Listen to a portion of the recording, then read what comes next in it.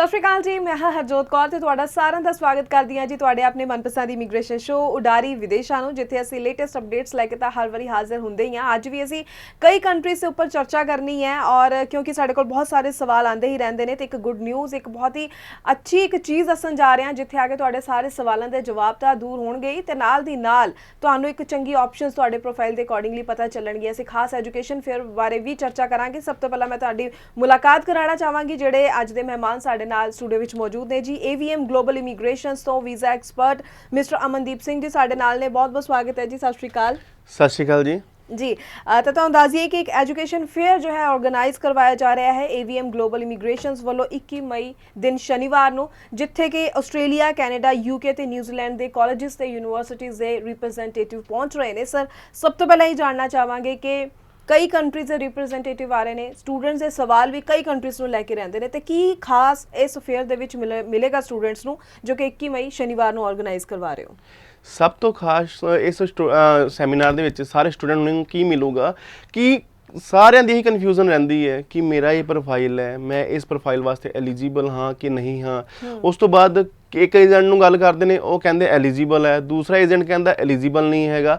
ਇਹ ਸਾਰੀ ਕਨਫਿਊਜ਼ਨਾਂ ਉਹਨਾਂ ਦੀ ਉੱਥੇ ਦੂਰ ਹੋ ਜਾਣਗੀਆਂ ਕਿਉਂਕਿ ਉਹ ਉੱਥੇ ਕਿਸੇ ਏਜੰਟ ਜਾਂ ਕਿਸੇ ਕੰਸਲਟੈਂਟ ਨਾਲ ਨਹੀਂ ਮਿਲਣਗੇ, ਉਹ ਡਾਇਰੈਕਟਲੀ ਕਾਲਜ ਨਾਲ ਮਿਲਣਗੇ। ਕਾਲਜ ਨਾਲ ਮਿਲਣ ਕਰਕੇ ਉਹਨਾਂ ਨੂੰ ਸਾਰੀ ਚੀਜ਼ ਕਲੀਅਰ ਹੋ ਜਾਊਗੀ ਕਿ ਉਹਨਾਂ ਦਾ ਪ੍ਰੋਫਾਈਲ ਐਲੀਜੀਬਲ ਹੈ ਕਿ ਨਹੀਂ ਹੈ, ਕੀ ਉਹਨਾਂ ਦਾ ਫੀਸ ਸਟਰਕਚਰ ਹੈ, ਕਦੋਂ ਉਹਨਾਂ ਦਾ ਪ੍ਰੋਗਰਾਮ ਸਟਾਰਟ ਹੋਊਗਾ ਤੇ ਕਿਹੜਾ ਕੈਂਪਸ ਮਿਲੂਗਾ। A to Z ਉਹਨਾਂ ਦੀ ਕੁਐਰੀਜ਼ ਸਾਰੀ ਸੌਰਟ ਆਊਟ ਹੋ ਜਾਣਗੀਆਂ। ਮਤਲਬ ਕਿ ਕੋਈ ਵੀ ਕਨਫਿਊਜ਼ਨ ਕਾਲਜ ਤੇ ਸਟੂਡੈਂਟ ਦੇ ਬਿਟਵੀਨ ਨਹੀਂ ਰਹੂਗੀ। ਸਾਰੀ ਚੀਜ਼ ਕਲੀਅਰ 1% ਟੂ ਸੈਕਿੰਡ ਪਰਸਨ ਉਹਨੂੰ ਕਲੀਅਰ ਰਹੇਗੀ ਕਿਉਂਕਿ ਜਦੋਂ ਇੱਕ ਏਜੰਟ ਵਿੱਚ ਹੁੰਦਾ ਹੈ, ਅੱਧੀ ਗੱਲ ਉੱਥੋਂ ਆਉਂਦੀ ਹੈ, ਅੱਧੀ ਗੱਲ ਉੱਥੇ ਨਹੀਂ ਪਹੁੰਚਦੀ। ਮਤਲਬ ਕਾਫੀ ਕਨਫਿਊਜ਼ਨਾਂ ਰਹਿ ਜਾਂਦੀਆਂ। ਕਾਲਜ 'ਚ ਉੱਥੋਂ ਆਇਆ ਵੀ ਬੱਚੇ ਨੂੰ ਇਹ ਡਾਕੂਮੈਂਟ ਚਾਹੀਦਾ ਹੈ, ਠੀਕ ਹੈ ਨਾ, ਕਾਫੀ ਟਾਈਮ ਤਾਂ ਬੱਚੇ ਨੂੰ ਪਹੁੰਚ ਨਹੀਂ ਪਾਉਂਦਾ ਕਿਉਂਕਿ ਏਜੰਟ ਨੇ ਬੱਚੇ ਨਾਲ ਕੁਝ ਹੋਰ ਕਮਿਟਮੈਂਟ ਕੀਤੀਆਂ ਹੁੰਦੀਆਂ ਵੀ ਤੁਹਾਡੇ ਕੋਲ ਇਹ ਡਾਕੂਮੈਂਟ ਲਵਾਂਗੇ, ਇਹ ਡਾਕੂਮੈਂਟ ਨਹੀਂ ਲਵਾਂਗੇ। ਉਹ ਚੀਜ਼ਾਂ ਕਰਕੇ ਸਾਰਾ ਉਹਨਾਂ ਦਾ ਜਿਹੜਾ ਪ੍ਰੋਸੈਸ ਹੈ ਉਹ ਡਿਲੇ ਹੋ ਜਾਂਦਾ ਹੈ। ਇਸ ਚੀਜ਼ ਦੇ ਵਿੱਚ ਉਹਨਾਂ ਦੀ ਇਹ ਸਾਰਾ ਡਿਲੇ ਲਗਾ ਲਓ, ਕਨਫਿਊਜ਼ਨ ਲਗਾ ਲਓ, ਸਭ ਕੁਝ ਦੂਰ ਹੋ ਜਾਊਗੀ ਕਿਉਂਕਿ ਉੱਥੇ ਤੁਹਾਨੂੰ ਇੱਕ ਹੀ ਛੱਤ ਦੇ ਥੱਲੇ Australia, Canada, UK, New Zealand and Mauritius also ਦੇ ਡਾਇਰੈਕਟ ਰਿਪਰੈਜ਼ੈਂਟੇਟਿਵ ਤੁਹਾਨੂੰ ਉੱਥੇ ਮਿਲਣਗੇ, ਤੁਹਾਨੂੰ ਐਂਟਰਟੇਨ ਕਰਨਗੇ ਤੇ ਤੁਹਾਡੀ ਸਾਰੀ ਕੁਐਰੀਜ਼ ਦਾ ਸੋਲੂਸ਼ਨ ਕਰਨਗੇ। ਬਿਲਕੁਲ ਬਿਲकुल। ਸੋ ਤੁਸੀਂ ਵੀ ਜ਼ਰੂਰ ਇਸ एजुकेशन फेयर का फायदा ले सकते हो। नंबर जो है लगातार डिस्प्ले हो रहा है स्क्रीन के उपर, इस उपर कॉल करके शो के दौरान अपनी प्रोफाइल भी डिस्कस कर सकते हो तो इस एजुकेशन फेयर बारे भी डिटेल होर जान सकते हो। तो दस दिए कि इन्होंने ऑफिस सैक्टर 34 चंडीगढ़ में ही ऑर्गेनाइज किया गया है। सो तुसी जरूर टाइमली इत्थे पहुँच के जो है सही सलाह लैके अपनी सही मंजिल चूज कर सकते हो जी। आप हुण थोड़ी होर इसकी विस्तार से चर्चा अगर करना चाहें तो किस तरह के कॉलेजेस, किस तरह के यूनिवर्सिटीज़ के रिप्रजेंटेटिव इत्थे पहुँचणगे क्योंकि आप अक्सर देखते हैं 1 या 2 कंट्रीज़ का जो फेयर करवाया जाता, पर तुसी जो है जिन्ने भी स्टूडेंट के सवाल होंगे ने जिस भी कंट्री नाल रिलेटेड हो हर एक कंट्री का जो तुसी रिप्रजेंटेटिव बुला रहे हो, आस्ट्रेलिया, कैनेडा, UK, न्यूजीलैंड, किस तरह के कॉलेजेस, किस तरह के यूनिवर्सिटीज़ हिस्सा लैणगे? ਜੇ ਆਪਾਂ ਮੇਨਲੀ ਗੱਲ ਕਰੀਏ ਕੈਨੇਡਾ ਦੀ, ਕੈਨੇਡਾ ਦੇ ਵਿੱਚ ਕਾਫੀ ਰੈਪੂਟੇਡ ਕਾਲਜ ਨੇ, ਜਸਟ ਲਾਈਕ ਗ੍ਰੈਨਵਿਲ ਕਾਲਜ ਹੋ ਗਿਆ, FCMT ਕਾਲਜ ਹੋ ਗਿਆ, ਐਵਲਨ ਕਾਲਜ ਹੋ ਗਿਆ, ਸਾਈਪਰਸ ਕਾਲਜ ਹੋ ਗਿਆ, ਕੈਨੇਡਾ ਕਾਲਜ ਹੋ ਗਿਆ, ਠੀਕ ਹੈ ਨਾ। ਉਹਦੇ ਨਾਲ ਨਾਲ UK 'ਚ ਯੂਨੀਵਰਸਿਟੀ ਆਫ ਬੈਡਫੋਰਡਸ਼ਾਇਰ ਹੈ, ਉਹ ਆ ਰਹੇ ਹੈ। ਆਸਟ੍ਰੇਲੀਆ ਦੇ ਵਿੱਚ ਕਾਫੀ ਕਾਲਜ ਐਂਡ ਯੂਨੀਵਰਸਿਟੀਜ਼ ਹੈ, ਜਸਟ ਲਾਈਕ PA, ਕੈਪਲਨ ਹੋ ਗਿਆ, UTS ਹੋ ਗਿਆ, ਤੇ ਨਾਲ ਹੀ SCM ਕਾਲਜ ਹੈ, ਉਹ ਆ ਰਹੇ ਨੇ। ਨਾਲ ਹੀ ਨਾਲ ਮੌਰੀਸ਼ੀਅਸ ਦੇ ਵੀ ਜਿਹੜੇ ਔਰਾ ਇੰਸਟੀਚਿਊਟ ਦੇ ਰਿਪਰੈਜ਼ੈਂਟੇਟਿਵ ਹੈ ਉਹ ਇੱਥੇ ਆ ਰਹੇ ਨੇ ਕਿਉਂਕਿ ਮੌਰੀਸ਼ੀਅਸ ਨੇ ਵੀ ਇੱਕ ਨਵਾਂ ਪ੍ਰੋਗਰਾਮ ਸਟਾਰਟ ਕੀਤਾ ਹੈ ਜੋ ਹੁਣੇ ਅਸੀਂ ਲਾਂਚ ਵੀ ਕੀਤਾ ਹੈ। ਉਹਦੇ ਵਿੱਚ ਫਸਟ ਈਅਰ ਤੁਸੀਂ ਮੌਰੀਸ਼ੀਅਸ ਵਿੱਚ ਸਟੱਡੀ ਕਰੋਗੇ ਐਂਡ ਲਾਸਟ ਜਿਹੜਾ ਸੈਕੰਡ ਈਅਰ ਹੈ ਉਹ ਤੁਸੀਂ ਆਸਟ੍ਰੇਲੀਆ, ਨਿਊਜ਼ੀਲੈਂਡ ਐਂਡ UK ਵਿੱਚ ਸਟੱਡੀ ਕਰ ਸਕਦੇ ਹੋ। ਇਹ ਸਾਰੀ ਡਿਟੇਲ ਹੈ ਤੁਹਾਨੂੰ ਉੱਥੇ ਕਲੀਅਰ ਕੀਤੀ ਜਾਊਗੀ ਕਿਉਂਕਿ ਇਹ ਜਿਹੜੇ ਸਾਰੇ ਕਾਲਜ ਨੇ ਇਹ CTH ਅਪਰੂਵਡ ਨੇ। ਕੋਈ ਇੱਕ ਇਹੋ ਜਿਹਾ ਕਾਲਜ ਨਹੀਂ ਹੈ ਕਿ ਜੋ ਆਪਣੇ ਆਪ ਹੀ ਲਗਾ ਲਓ ਕੋਈ ਵੀ ਸਾਈਟ ਬਣਾ ਕੇ ਜਾਂ ਫਿਰ ਛੋਟਾ ਕਾਲਜ ਜਿਹੜਾ ਹੁੰਦੇ ਨੇ ਉਹ ਇਹੋ ਜਿਹਾ ਕੋਈ ਵੀ ਕਾਲਜ ਉੱਥੇ ਐਂਟਰਟੇਨ ਨਹੀਂ ਕੀਤਾ। ਜਿਹੜੇ ਕਾਲਜ ਅਪਰੂਵਡ ਹੈ ਉਸ ਕੰਟਰੀ ਦੀ ਗਵਰਨਮੈਂਟ ਤੋਂ ਉਹ ਕਾਲਜ ਹੀ ਉੱਥੇ ਸਾਰੇ ਆ ਰਹੇ ਨੇ। ਜੀ ਜੀ ਜੀ ਜੀ ਜੀ ਬਿਲਕੁਲ। ਤੇ ਚਲੋ ਆਪਾਂ ਅੱਗੋਂ ਆਸਟ੍ਰੇਲੀਆ ਦੀ ਥੋੜੀ ਮੈਂ ਹੁਣ ਗੱਲ ਕਰਨਾ ਚਾਹਾਂਗੀ ਕਿ ਆਸਟ੍ਰੇਲੀਆ ਦਾ ਹੁਣ ਰਿਜ਼ਲਟ ਡਿਲੇ ਹੀ ਇੱਕ ਸਵਾਲ ਬਹੁਤ ਵੱਡਾ ਬਣਿਆ ਹੋਇਆ ਹੈ ਕਿ ਰਿਜ਼ਲਟ ਡਿਲੇ ਚੱਲ ਰਹੇ ਨੇ ਤਾਂ ਹੁਣ ਜਿਹੜੇ ਸਟੂਡੈਂਟ ਅਪਲਾਈ ਕਰਨਾ ਚਾਹ ਰਹੇ ਨੇ ਉਹਨਾਂ ਨੂੰ ਕਿੰਨਾ ਕੁ ਆਪਣਾ ਇਨਟੇਕ ਨੂੰ ਦੇਖਦੇ ਹੋਇਆ ਕਿੰਨੀ ਕੁ ਜਲਦੀ ਅਪਲਾਈ ਕਰ ਲੈਣਾ ਚਾਹੀਦਾ ਕਿਉਂਕਿ ਪ੍ਰੋਸੈਸਿੰਗ ਟਾਈਮ ਵੀ बहुत ज़्यादा चल रहा है और डिले भी चल रहा है। ਆਸਟ੍ਰੇਲੀਆ ਦਾ ਕਾਫੀ ਸਾਡੀ ਫਾਈਲਸ ਵੀ ਡਿਲੇ ਹੋਈਆਂ, ਕਾਫੀ ਏਜੰਟ ਦੀ ਕਾਲਸ ਵੀ ਆਉਂਦੀਆਂ, ਕਾਫੀ ਸਟੂਡੈਂਟ ਦੀ ਕਾਲਸ ਵੀ ਆਉਂਦੀਆਂ ਵੀ ਮੈਨੂੰ 2 ਮਹੀਨੇ 3 ਮਹੀਨੇ ਹੋ ਗਏ ਫਾਈਲ ਲਗਾਈ ਨੂੰ, ਮੇਰਾ ਕੋਈ ਰਿਜ਼ਲਟ ਨਹੀਂ ਆਇਆ। ਜੀ ਇਹਦੇ ਵਿੱਚ ਕੁਝ ਚੀਜ਼ਾਂ ਮੈਟਰ ਕਰਦੀਆਂ। ਫਸਟ ਚੀਜ਼, ਪਹਿਲਾਂ ਡਿਲੇ ਹੁੰਦਾ ਪਿਆ ਸੀ ਬਟ ਹੁਣ ਉਹ ਚੀਜ਼ ਥੋੜੀ ਘੱਟ ਹੋ ਗਈ ਹੈ। ਜਿਵੇਂ ਅੱਜ ਆਪਾਂ ਇੱਥੇ ਬੈਠੇ ਆ, ਇੱਥੇ ਬੈਠਣ ਤੋਂ ਪਹਿਲਾਂ ਹੀ ਮੈਨੂੰ ਮੇਰੇ ਆਫਿਸ ਤੋਂ ਕਾਲ ਆਈ ਕਿ ਅੱਜ ਸਾਡਾ ਇੱਕ ਵੀਜ਼ਾ ਹੋਰ ਰਿਸੀਵ ਹੋ ਗਿਆ ਹੈ। ਠੀਕ ਹੈ ਨਾ, ਇਹ ਖੁਸ਼ੀ ਦੇ ਲਗਾ ਲਓ ਜਿਹੜੀ ਨਿਊਜ਼ ਹੈ ਹੁਣ ਮਿਲਣੀਆਂ ਸਟਾਰਟ ਹੋ ਚੁੱਕੀਆਂ, ਬਟ ਥੋੜਾ ਜਿਹਾ ਇਹਦੇ ਚ ਡਿਲੇ ਦਾ ਪੁਆਇੰਟ ਕੀ ਹੈ, ਜਦੋਂ ਆਪਾਂ ਇੱਕ ਫਾਈਲ ਲੌਗਇਨ ਕਰਦੇ ਆ, ਫਾਈਲ ਲੌਗਇਨ ਕਰਦੇ ਹੋਏ ਜਿਹੜਾ 3rd to 4th ਪੇਜ ਦੇ ਉੱਪਰ ਇੱਕ ਨਾ ਲਾਈਨ ਆਉਂਦੀ ਹੈ, ਠੀਕ ਹੈ ਨਾ, ਕਿ ਜਿਹੜੀ ਤੁਸੀਂ ਆਪਣੀ ਫਾਈਲ ਲੌਗਇਨ ਕਰ ਰਹੇ ਹੋ, ਠੀਕ ਹੈ ਨਾ, ਡਿਲੇ ਤੋਂ ਬਚਣ ਵਾਸਤੇ ਜਿਹੜੇ ਤੁਹਾਡੇ ਡਾਕੂਮੈਂਟ ਹੈ ਉਹ ਪ੍ਰੋਪਰ ਸੀਕੁਐਂਸ ਵਾਈਜ਼ ਹੋਣੇ ਚਾਹੀਦੇ ਨੇ। ਮਤਲਬ ਕਿ ਜਿਹੜਾ ਫਾਰਮੈਟ ਉਹਨਾਂ ਨੇ ਦਿੱਤਾ ਹੈ ਉਹਦੇ ਵਿੱਚ ਉਹੀ ਡਾਕੂਮੈਂਟ ਅਪਲੋਡ ਹੋਣਾ ਚਾਹੀਦਾ ਹੈ, ਬਿਲਕੁਲ ਕਰੈਕਟ ਫਾਰਮ ਦੇ ਵਿੱਚ। ਸੈਕੰਡ ਚੀਜ਼, ਕੋਈ ਵੀ ਡਾਕੂਮੈਂਟ ਤੁਹਾਡਾ ਲੋਕਲ ਲੈਂਗੁਏਜ ਦੇ ਵਿੱਚ ਨਹੀਂ ਹੋਣਾ ਚਾਹੀਦਾ। ਮਤਲਬ ਕੋਈ ਡਾਕੂਮੈਂਟ ਤੁਹਾਡਾ ਉਹ ਇੰਗਲਿਸ਼ ਟਰਾਂਸਲੇਟ ਹੋਣਾ ਚਾਹੀਦਾ ਹੈ, ਪਲੱਸ ਉਹ ਅਟੈਸਟ ਹੋਣਾ ਚਾਹੀਦਾ ਕਿ ਇਹ ਕਿਸੇ ਵੀ ਐਸੀ ਅਥਾਰਟੀ ਤੋਂ ਜੋ ਇਹ ਪੁਸ਼ਟੀ ਕਰ ਸਕੇ ਕਿ ਉਹ ਜਿਹੜਾ ਡਾਕੂਮੈਂਟ ਹੈ ਜੈਨੂਅਨ ਹੈ, ਠੀਕ ਹੈ ਨਾ। ਇਹ ਚੀਜ਼ ਹੋ ਗਿਆ ਤੇ ਇਹ ਮਤਲਬ ਕਿ ਇੱਕ ਪ੍ਰੋਪਰ ਤਰੀਕੇ ਨਾਲ ਫਾਈਲ ਲਗਾਈ ਜਾਏ। ਪਲੱਸ ਇਨ ਕੇਸ ਜੇ ਐਮਬੈਸੀ ਤੋਂ ਕੋਈ ਕੁਐਰੀ ਆਉਂਦੀ ਹੈ, ਕੋਈ ਇਨਫੋਰਮੇਸ਼ਨ ਵਾਸਤੇ ਰਿਕੁਆਇਰਮੈਂਟ ਆਉਂਦੀ ਹੈ, ਤੇ ਉਹਨੂੰ ਤੁਸੀਂ ਜਿੰਨੀ ਨਾਲ ਉਹਨੂੰ ਸੌਰਟ ਆਊਟ ਕਰਦੇ ਰਹੋਗੇ ਉਹਨਾਂ ਤੁਹਾਡਾ ਜਲਦੀ ਰਿਜ਼ਲਟ ਆਊਗਾ। ਜੇ ਉਹਨੂੰ ਕੁਝ ਡਿਲੇ ਕਰੋਗੇ ਜਾਂ ਇੱਕ ਪ੍ਰੋਪਰ ਫਾਰਮ 'ਚ ਫਾਈਲ ਨਹੀਂ ਲਗਾਓਗੇ, ਤੁਹਾਡਾ ਡਿਲੇ ਹੋਣਾ ਹੀ ਹੋਣਾ ਹੈ। ਜੀ ਸੋ ਕਾਲਰਸ ਵੀ ਸਾਡੇ ਨਾਲ ਜੁੜ ਰਹੇ ਨੇ। ਹੈਲੋ ਹਾਂਜੀ, ਸਤਿ ਸ਼੍ਰੀ ਅਕਾਲ ਜੀ, ਕੀ ਨਾਮ ਹੈ, ਕਿਹੜੀ ਜਗ੍ਹਾ ਤੋਂ ਬੋਲ ਰਹੇ ਹੋ? ਹਾਂਜੀ, ਸਤਿ ਸ਼੍ਰੀ ਅਕਾਲ, ਮੇਰਾ ਨਾਮ मीनाक्षी है जी, मैं पटियाला से बोल रही हूँ जी। की सवाल है वीजा बारे पता करना था जी? अपनी प्रोफाइल दस दो। जाना है मैम, केड़ी जगह? यूके। अपनी प्रोफाइल दस दो। हाँ जी, ग्रेजुएशन करी है मैंने 2017 में जी। बीए किया हुआ है और मतलब मैंने आईएलटीएस दी थी जिसके अंदर मेरे ओवरऑल हैं 6 और एक में मेरे आए हैं 5.5। ओके मीनाक्षी, ਤੁਸੀਂ ਗ੍ਰੈਜੂਏਸ਼ਨ ਕੀਤੀ ਹੈ 2017 ਦੇ ਵਿੱਚ, ਤੇ 10th ਤੋਂ ਲੈ ਕੇ ਗ੍ਰੈਜੂਏਸ਼ਨ ਦੇ ਵਿੱਚ ਤੁਹਾਡਾ ਕੋਈ ਗੈਪ ਤਾਂ ਨਹੀਂ ਹੈਗਾ? ਨਹੀਂ ਸਰ, ਉਹਦੇ ਵਿੱਚ ਤੇ ਕੋਈ ਗੈਪ ਨਹੀਂ ਹੈਗਾ। ਓਕੇ, ਤੇ 2017 ਟੂ ਟਿਲ ਡੇਟ ਕੀ ਕਰ ਰਹੇ ਹੋ ਤੁਸੀਂ? ਤੇ ਉਹਦੇ ਬਾਅਦ ਤੋਂ ਕੁਝ ਫੈਮਿਲੀ ਪ੍ਰੋਬਲਮ ਹੋ ਗਈ ਸੀ ਤੇ ਗੈਪ ਹੀ ਆਇਆ ਹੈ ਸਰ। ਓਕੇ, ਤੇ ਤੁਸੀਂ ਮੈਰਿਡ ਹੋ ਜਾਂ ਸਿੰਗਲ ਹੋ? ਸਿੰਗਲ ਹੋ, ਠੀਕ ਹੈ। मीनाक्षी, ਇੱਕ ਤਾਂ ਜਿਹੜਾ ਤੁਹਾਡਾ ਕੀ ਦਿੱਕਤ ਆਈ ਸੀ ਤੁਸੀਂ ਉਹ ਸਾਨੂੰ ਕਲੀਅਰ ਕਰ ਦਿਓ, ਕਿਉਂਕਿ ਯੂਕੇ ਗੈਪ ਐਕਸੈਪਟ ਕਰ ਲੈਂਦਾ ਹੈ, ਉਹ ਵੀ ਤਾਂ ਕਿਉਂਕਿ ਇਹਨਾਂ ਦੇ ਆਇਲਸ ਵਿੱਚ ਬੈਂਡ ਹੈਗੇ ਆ 6 ਨੋਟ ਲੈਸ ਦੈਨ 5.5 ਹੈਗੇ ਆ, ਜੋ ਕਿ ਯੂਨੀਵਰਸਿਟੀ ਦੀ ਰਿਕੁਆਇਰਮੈਂਟ ਮੀਟ ਕਰ ਰਿਹਾ ਹੈ, ਤੇ ਗ੍ਰੈਜੂਏਸ਼ਨ 2014 ਲਾਸਟ ਐਕਸੈਪਟ ਹੋ ਰਿਹਾ ਹੈ। ਮਤਲਬ ਜੇ ਤੁਹਾਡੀ ਗ੍ਰੈਜੂਏਸ਼ਨ 2014 ਜਾਂ ਉਸ ਤੋਂ ਬਾਅਦ ਕੀਤੀ ਹੋਈ ਹੈ ਤੇ ਤੁਸੀਂ ਯੂਕੇ ਵਾਸਤੇ ਐਲੀਜੀਬਲ ਹੋ, ਬਟ ਗੈਪ ਹੈ ਜਿਹੜਾ ਗੈਪ ਇਹ ਨਹੀਂ ਹੈ ਕਿ ਗੈਪ ਮੈਂ ਕੁਝ ਨਹੀਂ ਕੀਤਾ ਜੀ ਮੈਂ ਨਾ ਇਹ ਪੁੱਟਅਪ ਕਰ ਦੂੰ, ਐਵੇਂ ਨਹੀਂ ਹੋਊਗਾ। ਉਹ ਗੈਪ ਨੂੰ ਜਸਟੀਫਾਈ ਕਰਨਾ ਹੀ ਪੈਣਾ ਹੈ, ਕਿਉਂਕਿ ਜਿੱਥੇ ਤੁਸੀਂ ਪੜ੍ਹਨ ਜਾ ਰਹੇ ਹੋ ਉਹਨਾਂ ਨੇ ਹਰ ਇੱਕ ਚੀਜ਼ ਦਾ ਵੇਰਵਾ ਲੈਣਾ ਹੀ ਲੈਣਾ ਹੈ। ਤੁਸੀਂ ਇਹ ਪ੍ਰੋਫਾਈਲ ਤੁਹਾਡਾ ਐਲੀਜੀਬਲ ਹੈ, ਯੂਨੀਵਰਸਿਟੀ ਆਫ ਬੈਡਫੋਰਡਸ਼ਾਇਰ 'ਚ ਤੁਹਾਡਾ ਹੋ ਜਾਊਗਾ, ਬੋਲਟਨ ਯੂਨੀਵਰਸਿਟੀ ਤੁਹਾਨੂੰ ਐਕਸੈਪਟ ਕਰ ਲੂਗੀ।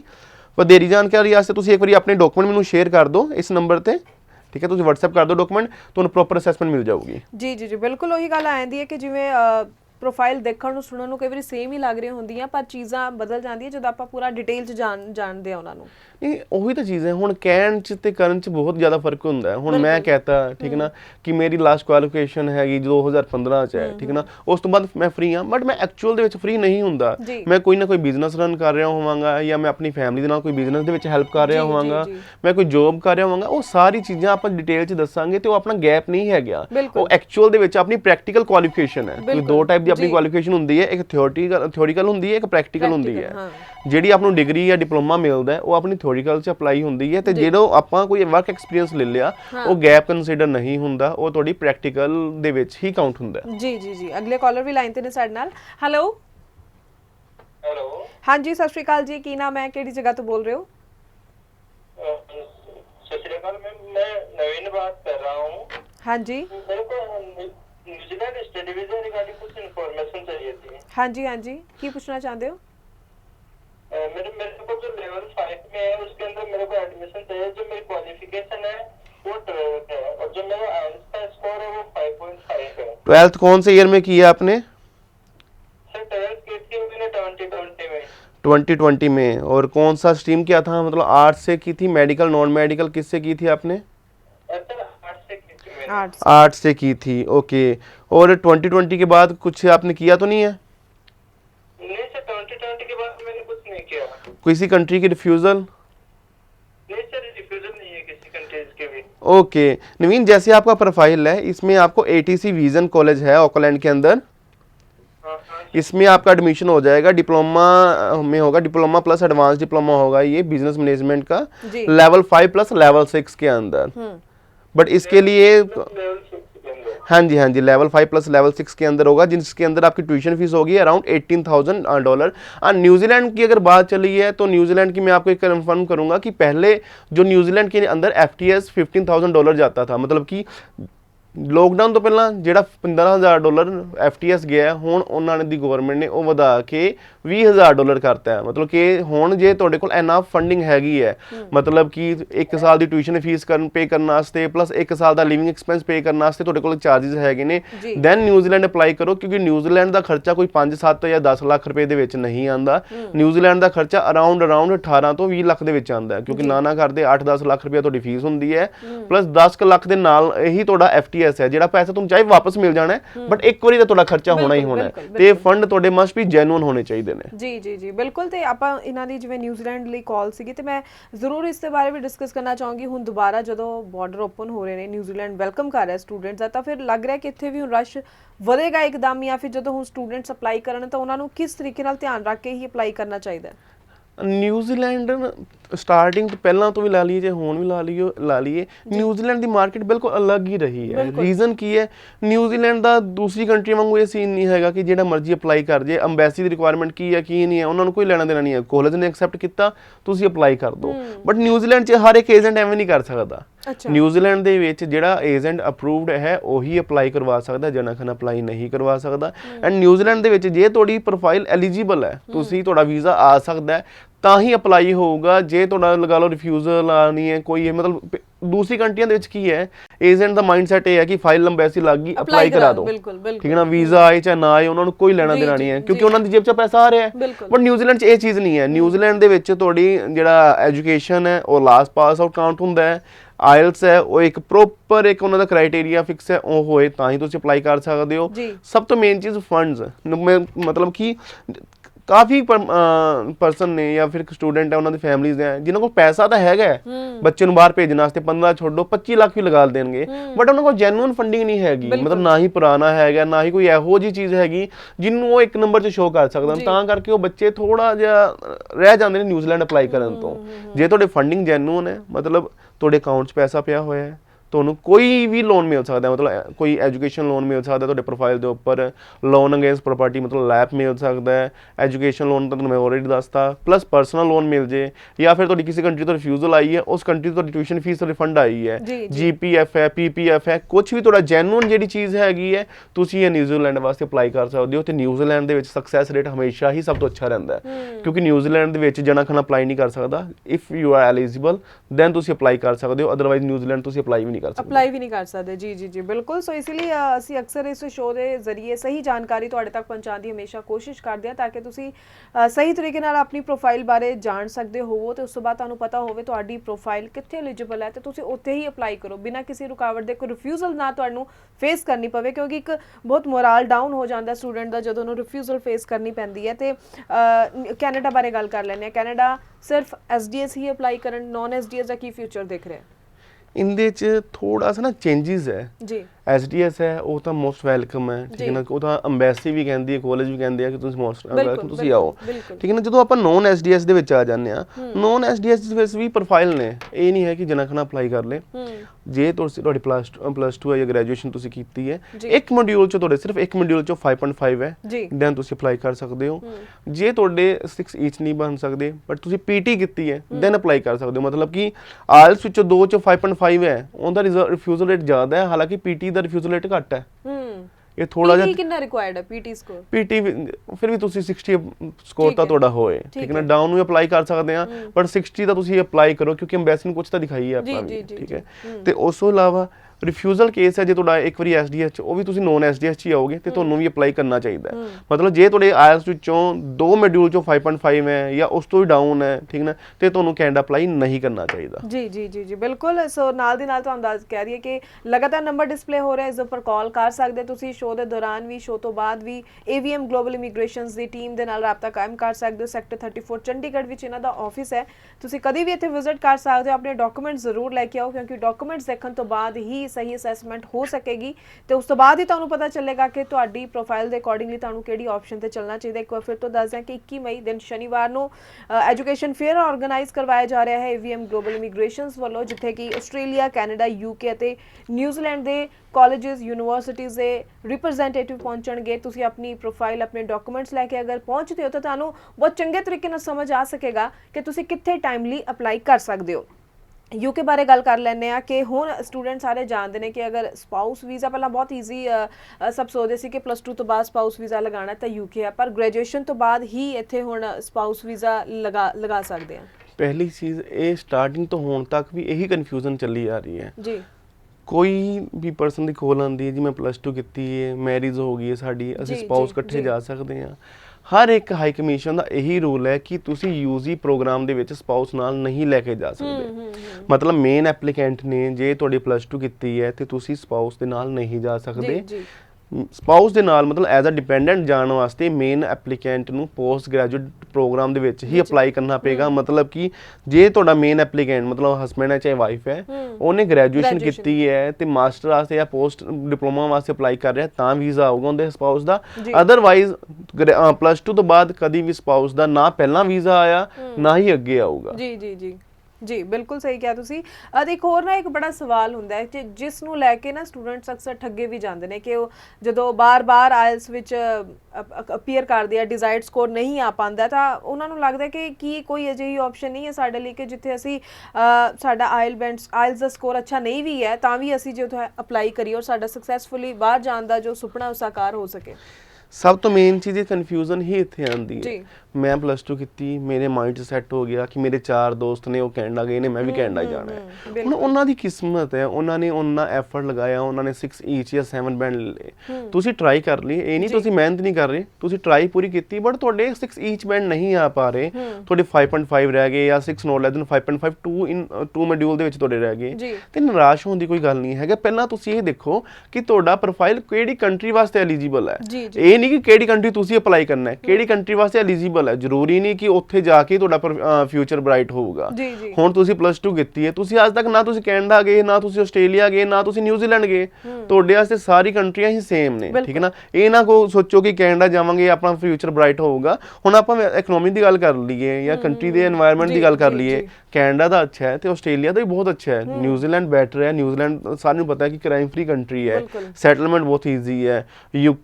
UK ਜਿੰਨਾ ਮੈਂ ਕਹਿੰਦਾ ਇੱਕ ਬ੍ਰਾਈਟ ਕਲਚਰ ਕਿਤੇ ਵੀ ਨਹੀਂ ਹੈਗਾ। ਜਿੰਨਾ ਵੀ ਆਪਣਾ ਗਲੋਬ ਹੈ, ਵਰਲਡ ਹੈ, ਉਹ ਆਲਮੋਸਟ ਜਿਹੜਾ ਫੈਸ਼ਨ ਹੈ ਉਹ UK ਦਾ ਹੀ ਫੋਲੋ ਕਰਦਾ ਹੈ, ਠੀਕ ਹੈ। ਉਹਦੇ ਨਾਲ ਫਿਰ ਵੀ ਜੇ ਇਨ੍ਹਾਂ ਕੰਟਰੀਆਂ ਵਿੱਚ ਵੀ ਅਪਲਾਈ ਕਰਨ ਵਾਸਤੇ ਤੁਹਾਡਾ ਪ੍ਰੋਫਾਈਲ ਐਲੀਜੀਬਲ ਨਹੀਂ ਹੈਗਾ ਤੇ ਤੁਹਾਨੂੰ ਫਿਰ ਵੀ ਟੈਨਸ਼ਨ ਲੈਣ ਦੀ ਲੋੜ ਨਹੀਂ ਹੈਗੀ। ਜਿਵੇਂ ਮੈਂ ਤੁਹਾਨੂੰ ਥੋੜੀ ਦੇਰ ਪਹਿਲਾਂ ਡਿਸਕਸ ਕੀਤਾ ਸੀ ਮੌਰੀਸ਼ੀਅਸ ਇਸ ਚੀਜ਼ ਨੂੰ ਲੈ ਕੇ ਇੱਕ ਉੱਭਰਿਆ ਹੈ, ਨਵਾਂ ਪ੍ਰੋਗਰਾਮ ਲੈ ਕੇ ਉੱਭਰਿਆ ਹੈ। ਉਹਦੇ ਵਿੱਚ ਕੀ ਹੈ, ਮੌਰੀਸ਼ੀਅਸ ਦਾ ਜਿਹੜਾ ਟਾਈ ਅਪ ਹੈ through CTH Australia, New Zealand, UK and Canada ਦੇ ਨਾਲ ਹੋਇਆ, ਹੋਰ ਵੀ ਕੰਟਰੀਆਂ ਨਾਲ ਹੋਇਆ, ਮਲੇਸ਼ੀਆ ਤੇ ਦੁਬਈ, ਬਟ ਉਹਦੇ ਵਿੱਚ ਜਾਣਾ ਆਪਾਂ ਪਸੰਦ ਨਹੀਂ ਕਰਦੇ। ਮਤਲਬ 1 ਸਾਲ ਮੌਰੀਸ਼ੀਅਸ ਪੜ੍ਹ ਕੇ ਫਿਰ ਵੀ ਆਪਾਂ ਸੋਚੀ ਕਿ ਆਪਾਂ ਮਲੇਸ਼ੀਆ, ਦੁਬਈ ਜਾਵਾਂਗੇ, ਕੋਈ ਬੰਦਾ ਪਸੰਦ ਨਹੀਂ ਕਰਦਾ। ਤਾਂ ਹੀ ਮੈਂ ਦੂਸਰੀ ਕੰਟਰੀਆਂ ਦੇ ਨਾਮ ਲੈ ਰਿਹਾ।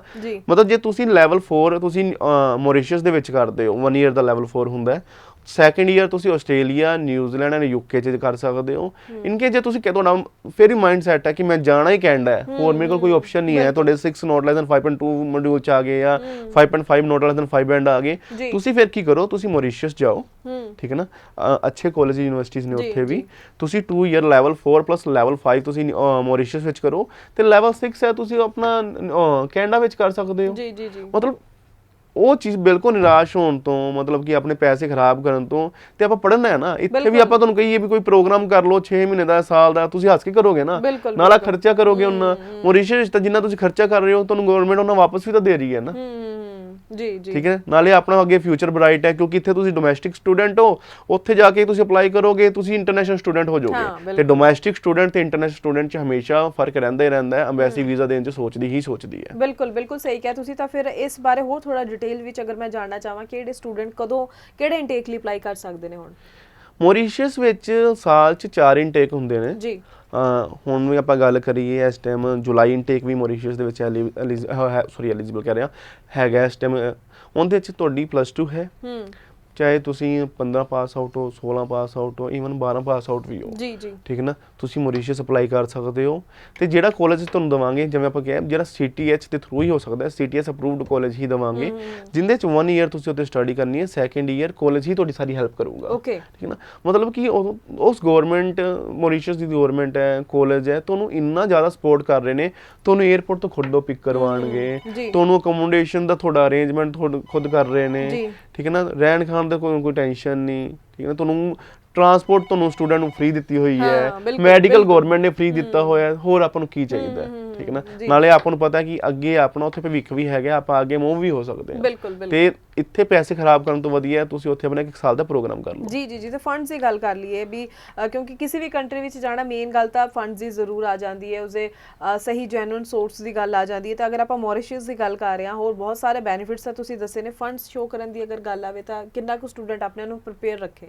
ਫੰਡ ਇਨ ਦੇ ਵਿੱਚ ਕੁਝ ਜ਼ਿਆਦਾ ਸ਼ੋ ਨਹੀਂ ਕਰਨਾ, ਤੁਹਾਨੂੰ ਸਿਰਫ 5 ਲੱਖ ਰੁਪਇਆ ਸ਼ੋ ਕਰਨਾ ਹੈ, ਠੀਕ ਹੈ। ਚਾਹੇ ਉਹ ਤੁਹਾਡਾ 10 ਕੁ ਦਿਨ ਪੁਰਾਣਾ ਵੀ ਹੋਏ, ਜ਼ਿਆਦਾ ਕੋਈ ਟੈਨਸ਼ਨ ਨਹੀਂ ਹੈਗੀ ਇਹਦੇ ਵਿੱਚ, ਬਟ ਅਕਾਊਂਟ ਜ਼ਰੂਰ ਤੁਹਾਡਾ ਪੁਰਾਣਾ ਹੋਣਾ ਚਾਹੀਦਾ ਹੈ। ਮਤਲਬ 5 ਲੱਖ ਰੁਪਏ ਤੁਹਾਨੂੰ ਚਾਹੀਦਾ ਹੈ, ਜਿਹੜਾ ਕਿ 10 ਦਿਨ ਓਲਡ ਹੋਏ, ਬਟ ਅਕਾਊਂਟ ਤੁਹਾਡਾ ਮਿਨੀਮਮ 6 ਮੰਥ ਪੁਰਾਣਾ ਹੋਣਾ ਚਾਹੀਦਾ ਹੈ। ਜੀ। ਤੁਹਾਨੂੰ PCC ਚਾਹੇ ਉਹ ਪੁਲਿਸ ਤੋਂ ਲੈ ਲਓ, ਚਾਹੇ ਪਾਸਪੋਰਟ ਆਫਿਸ ਤੋਂ ਲੈ ਲਓ, ਇਹ ਦੋਨੋਂ ਚੀਜ਼ਾਂ ਲੈ ਕੇ ਤੁਸੀਂ ਸਾਡੇ ਕੋਲ ਆ ਜਾਓ। ਜਿਸ ਦਿਨ ਤੁਸੀਂ ਅਪਲਾਈ ਕਰੋਗੇ, ਵਿਦਿਨ 4 to 6 ਵੀਕ ਤੁਹਾਡਾ ਵੀਜ਼ਾ ਤੁਹਾਡੇ ਹੱਥ 'ਚ ਹੋਏਗਾ। ਸਭ ਤੋਂ ਮੇਨ ਚੀਜ਼, ਉਹ ਕਾਲਜ ਗਵਰਨਮੈਂਟ ਸਾਰੇ ਪੈਸੇ ਵੀਜ਼ਾ ਲੱਗਣ ਤੋਂ ਬਾਅਦ ਲੈਂਦੇ ਨੇ। ਜੀ। ਮਤਲਬ ਕਿ ਇਹ ਕੋਈ ਵੀ ਏਜੰਟ ਨੇ ਤੁਹਾਨੂੰ ਪੈਕੇਜ ਨਹੀਂ ਦੇਣਾ, ਬਿਲਕੁਲ। ਉਹ ਕਾਲਜ ਦਾ, ਉਸ ਗਵਰਨਮੈਂਟ ਦਾ ਇਹ ਰੂਲ ਹੈ ਕਿ ਉਹ ਪੈਸੇ ਵੀਜ਼ਾ ਲੱਗਣ ਤੋਂ ਬਾਅਦ ਲੈਂਦੇ ਮਤਲਬ ਸਿਕਿਉਰ ਨੇ ਸਟੂਡੈਂਟ, ਇਹ ਨਹੀਂ ਸੋਚ ਸਕਦੇ ਕਿ ਵੀ ਕਿਤੇ ਕੋਈ ਠੱਗੀ ਨਾ ਹੋ ਜਾਏ, ਪੈਸੇ ਵੇਸਟ ਨਾ ਹੋਣ। ਨੇ। ਇੱਕ ਤਾਂ ਠੱਗੀ ਵਾਲੀ ਚੀਜ਼ ਨਹੀਂ ਹੈਗੀ, ਤੇ ਉਹ ਗਵਰਨਮੈਂਟ ਆਪਣੇ ਤੋਂ ਇਨ ਕਾਲਜ ਚਾਰਜ ਵੀ ਬਹੁਤ ਘੱਟ ਕਰਦੇ ਨੇ। ਇਧਰ 10-10 15-15 ਲੱਖ ਰੁਪਏ ਫਸਾਨ ਤੋਂ ਵਧੀਆ ਲਗਾ ਲਓ, ਇੱਥੇ ਤੁਹਾਨੂੰ ਕੋਰਸ ਵੀ ਆਪਾਂ ਗੱਲ ਕਰਦੇ ਪਏ ਸੀ ਕਰਾਂਗੇ, 2-3 ਲੱਖ ਰੁਪਏ ਲੱਗ ਜਾਂਦਾ ਹੈ। ਜੀ ਜੀ। 3-3.5 ਲੱਖ ਦਾ ਟੋਟਲ ਖਰਚਾ ਉੱਥੇ ਸਾਲ ਦੀ ਫੀਸ ਦਾ ਪਾ ਕੇ। ਜੀ ਜੀ ਜੀ ਜੀ। ਇੱਥੇ ਖਰਾਬ ਕਰਨ ਤੋਂ ਵਧੀਆ ਤਾਂ ਤੁਸੀਂ ਨਾਲੇ ਘੁੰਮ ਕੇ ਵੀ ਆਓਗੇ। ਬਿਲਕੁਲ ਠੀਕ ਹੈ ਨਾ, ਇੰਟਰਨੈਸ਼ਨਲ ਲੈਵਲ ਤੇ ਸਟੱਡੀ ਕਰੋਗੇ, ਕੁਝ ਤਾਂ ਅਚੀਵ ਹੋਊਗਾ ਹੀ ਹੋਊਗਾ ਆਪਾਂ ਨੂੰ। ਬਿਲਕੁਲ ਸਹੀ ਕਿਹਾ ਤੁਸੀਂ। ਸੋ ਇਸੇ ਲਈ ਹਰ ਤਰ੍ਹਾਂ ਦੀ ਆਪਸ਼ਨ ਅਸੀਂ ਇਸ ਸ਼ੋਅ ਦੇ ਵਿੱਚ ਡਿਸਕਸ ਕਰਦੇ ਹਾਂ, ਚਾਹੇ ਬਹੁਤ ਅੱਛੀ ਪ੍ਰੋਫਾਈਲਸ ਨੇ ਉਹ ਕਿੱਥੇ ਅਪਲਾਈ ਕਰਨ, ਚਾਹੇ ਕੁਝ ਸਟੂਡੈਂਟ ਜਿਹੜੇ ਕਿ ਆਇਲਸ, ਕਿਉਂਕਿ ਬਹੁਤ ਵੱਡੀ ਦਿੱਕਤ ਅਸੀਂ ਵੇਖਦੇ ਹਾਂ, ਸਟੂਡੈਂਟਸ ਨੂੰ ਫੀਲ ਹੁੰਦਾ ਹੈ ਕਿ ਜੋ ਨਹੀਂ ਰਿਕੁਆਇਰਡ ਬੈਂਡ ਅਚੀਵ ਕਰ ਪਾਉਂਦੇ, ਸੋ ਉਹਨਾਂ ਲਈ ਵੀ ਇੱਕ ਬਹੁਤ ਅੱਛੀ ਆਪਸ਼ਨ ਆਪਾਂ ਮੌਰੀਸ਼ੀਅਸ ਬਾਰੇ ਅੱਜ ਡਿਸਕਸ ਕਰ ਰਹੇ ਹਾਂ। ਸੋ ਤੁਹਾਡਾ ਕੋਈ ਸਵਾਲ ਹੋਵੇ ਤਾਂ ਜ਼ਰੂਰ ਆਪਣਾ ਸਵਾਲ ਤੁਸੀਂ ਜੋ ਹੈ ਆਪਣਾ ਰੱਖ ਸਕਦੇ ਹੋ ਸ਼ੋਅ ਦੇ ਵਿੱਚ ਵੀ, ਪਰ ਕਈ ਵਾਰੀ ਕੁਝ ਸਟੂਡੈਂਟਸ ਕਹਿੰਦੇ ਕਿ ਅਸੀਂ ਸ਼ੋਅ ਦੇ ਵਿੱਚ ਜੋ ਹੈ ਆਪਣੀ ਪ੍ਰੋਫਾਈਲ ਨਹੀਂ ਡਿਸਕਸ ਕਰਨਾ ਚਾਹੁੰਦੇ, ਸੋ ਤੁਸੀਂ ਸ਼ੋਅ ਤੋਂ ਬਾਅਦ ਵੀ ਸੇਮ ਨੰਬਰ ਦੇ ਉੱਪਰ ਕਾਲ ਕਰਕੇ ਜਾਣਕਾਰੀ ਡਿਟੇਲ ਵਿੱਚ ਜ਼ਰੂਰ ਲੈ ਸਕਦੇ ਹੋ, ਤਾਂ ਕਿ ਤੁਹਾਨੂੰ ਕਿਤੇ ਵੀ ਕੋਈ ਕਨਫਿਊਜ਼ਨ ਨਾ ਰਹੇ, ਟਾਈਮਲੀ ਸਭ ਕੁਝ ਚੀਜ਼ਾਂ ਕਲੀਅਰ ਹੁੰਦੀਆਂ ਰਹਿਣ। ਅਗਲੇ ਕਾਲਰ ਸਾਡਾ ਲਾਈਨ ਤੇ ਨੇ। ਹੈਲੋ ਹੈਲੋ ਹੈਲੋ हेलो ਹਾਂਜੀ, ਸਤਿ ਸ਼੍ਰੀ ਅਕਾਲ ਜੀ, ਕੀ ਨਾਮ ਹੈ, ਕਿਹੜੀ ਜਗ੍ਹਾ ਤੋਂ ਬੋਲ ਰਹੇ ਹੋ? जी मैं गुरप्रीत कौर गल कर रही हूँ अमृतसर तो। ਜੀ ਕੀ ਸਵਾਲ ਹੈ? मैम मैं एक्चुअली अपनी न्यूजीलैंड की क्वारी रिगार्डिंग क्वेश्चन पूछनी थी। ਹਾਂਜੀ ਜੀ, ਆਪਣੀ ਪ੍ਰੋਫਾਈਲ ਦੱਸੋ। हाँ जी मैम, मैं 2019 BA कर रखी है और IELTS जो मेरे 6 है, not less than 5.5। Okay. Gurpreet, ਤੁਸੀਂ ਮੈਰਿਡ ਹੋ, ਸਿੰਗਲ ਹੋ? हाँ जी सर, मैं मैरिड हाँ और 1 साल हो गया मैरिड ਨੂੰ। ਓਕੇ, ਮੈਰਿਡ ਹੋ ਤੁਸੀਂ, ਤੇ ਤੁਹਾਡੇ ਕੋਲ ਫੰਡ ਪਏ ਹੋਏ ਆ ਪੁਰਾਣੇ? हाँ जी सर, फंड्स है ਸਾਡੇ ਕੋਲ। ਕਿੰਨੇ ਕੁ ਪਏ ਹੋਏ ਆ?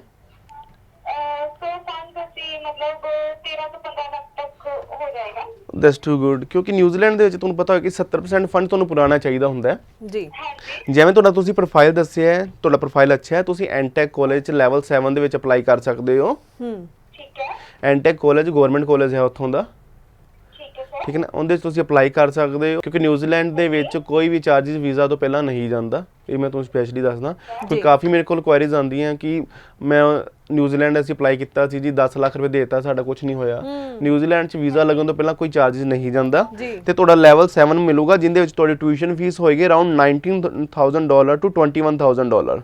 1 ਸਾਲ ਦਾ ਪ੍ਰੋਗਰਾਮ ਹੋਊਗਾ, ਤੇ ਜਿਵੇਂ ਤੁਸੀਂ ਮੈਰਿਡ ਹੋ ਤੇ ਆਫਟਰ 3 ਮੰਥ ਤੁਹਾਡੇ ਹਸਬੈਂਡ ਅਪਲਾਈ ਕਰ ਸਕਦੇ ਨੇ, ਉਹ ਜਾਣਗੇ 1 ਈਅਰ ਦੇ ਵਿਜ਼ਟਰ ਵੀਜ਼ਾ ਤੇ। ओके ओके ਠੀਕ ਹੈ ਨਾ। ਬਾਕੀ ਥੋੜਾ ਜਿਹਾ ਫੰਡ ਨੂੰ ਲੈ ਕੇ ਇਹ ਥੋੜਾ ਟੈਕਨੀਕਲ ਹੁੰਦਾ ਨਿਊਜ਼ੀਲੈਂਡ, ਕਾਈਂਡਲੀ ਤੁਸੀਂ ਆਪਣੀ ਫੰਡ ਦੀ ਸਾਰੀ ਡਿਟੇਲ ਸਾਨੂੰ ਸ਼ੇਅਰ ਕਰ ਦਿਓ, ਠੀਕ ਹੈ ਨਾ। ਇਹ ਤੁਹਾਨੂੰ ਇੱਕ ਚੀਜ਼ ਦੱਸਣਾ ਵੀ ਚਾਹਾਂਗੇ, ਜਿਵੇਂ ਤੁਹਾਡਾ ਨਿਊਜ਼ੀਲੈਂਡ ਦਾ, ਨਿਊਜ਼ੀਲੈਂਡ ਦੇ ਕਾਲਜਿਸ ਹੈ ਜਾਂ ਡਾਇਰੈਕਟ ਰਿਪਰੈਜ਼ੈਂਟੇਟਿਵ ਕੱਲ 21 ਤਰੀਕ ਨੂੰ ਸਾਡੇ ਆਫਿਸ ਵਿੱਚ ਵੀ ਵਿਜ਼ਿਟ ਕਰ ਰਹੇ ਨੇ, ਤੇ ਤੁਸੀਂ ਆਫਿਸ ਵਿਜ਼ਿਟ ਕਰਕੇ ਵੀ ਆਪਣੀ ਕੁਐਰੀ ਸਿੱਧੀ ਕਾਲਜ ਨਾਲ ਵੀ ਕਲੀਅਰ ਕਰ ਸਕਦੇ ਹੋ। ਬਿਲਕੁਲ ਬਿਲਕੁਲ।